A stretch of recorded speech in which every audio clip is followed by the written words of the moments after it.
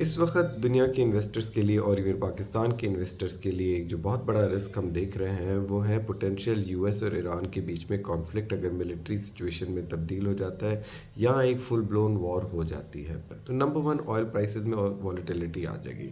दूसरी जो straight of हर्मुज है वहाँ पे तकरीबन 13 मिलियन बैरल्स पर डे रोज़ाना ऑयल जो है ट्रैवल करता है जो ग्लोबल सी ट्रेड का तकरीबन 30% का हिस्सा है।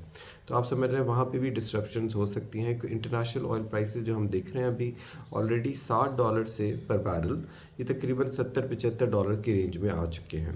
अगर ये कॉन्फ्लिक्ट बढ़ गया और खुदा न खास्ता रीजनल कंट्रीज़ इसमें पार्टिसिपेट करने लगी तो ये 90-95-100 डॉलर तक भी जा सकता है। तो उस वक्त हम कहते हैं ऑल बेट्स आर ऑफ। अगर ऑयल यहाँ से 60 टू 90 या 100 की एवरेज में रहा तो इसके पाकिस्तान के ऊपर सीरियस इकोनॉमिक नेगेटिव इम्पैक्ट है। आपको मुझको पता है कि पाकिस्तान एक एनर्जी डेफिशिएंट कंट्री है। हम लोग अपनी एनर्जी इंपोर्ट करके मीट करते हैं डिमांड अपनी, और तकरीबन साल में 15-16 बिलियन डॉलर्स की हमारी एनर्जी इंपोर्ट्स हैं। और ये वो हैं प्राइसेस जो इस वक्त लो प्राइसेस है। अगर यहाँ से प्राइसेस बढ़ी तो तकरीबन 5-6 बिलियन डॉलर्स का आपके ऊपर एनर्जी इंपोर्ट बिल बढ़ जाएगा जो आपके करंट अकाउंट डेफिसिट को इम्पैक्ट करेगा, जो आपकी रुपी को इम्पैक्ट करेगा, जो आपकी मुल्क के अंदर इन्फ्लेशन को वापस 12-15% कर सकता है, एंड हेंस इंटरेस्ट रेट बढ़ सकता है। तो आपकी जो इकोनॉमिक स्टेबिलिटी की साइकिल है वो डीरेल हो सकती है। अगर हम इसको स्टडी करते हैं ब्रॉडर लेंसेज के अंदर तो इन्वेस्टर जो है चाहता है कि मार्केट में स्टेबिलिटी रहे।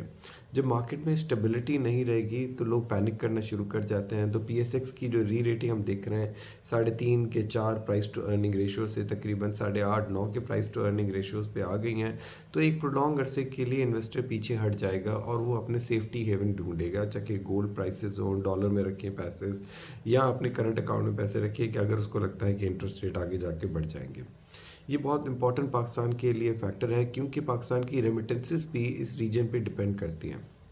तकरीबन 3.5 अरब डॉलर्स की जो मंथली रेमिटेंसेस हैं उसमें 50% जो है आपका रीजनल कंट्रीज़ या मिडिल ईस्टर्न कंट्रीज से आता है, जिसमें 20-22% आप कह सकते हैं कि सऊदी अरब, 18-20% UAE, बाकी 10% अदर गल्फ़ कंट्री से आ जाता है। अगर ये भी मुल्क इस खुदा न खास्ता वॉर में शामिल है, कोई ना कोई इम्पैक्ट होने लगा तो यहाँ से 10% भी आपको अगर इम्पैक्ट आ गई तो तकरीबन 4 बिलियन डॉलर की आपकी रेमिटेंसेस कम हो गई और 5 बिलियन डॉलर के आपके इम्पोर्ट्स बढ़ गए।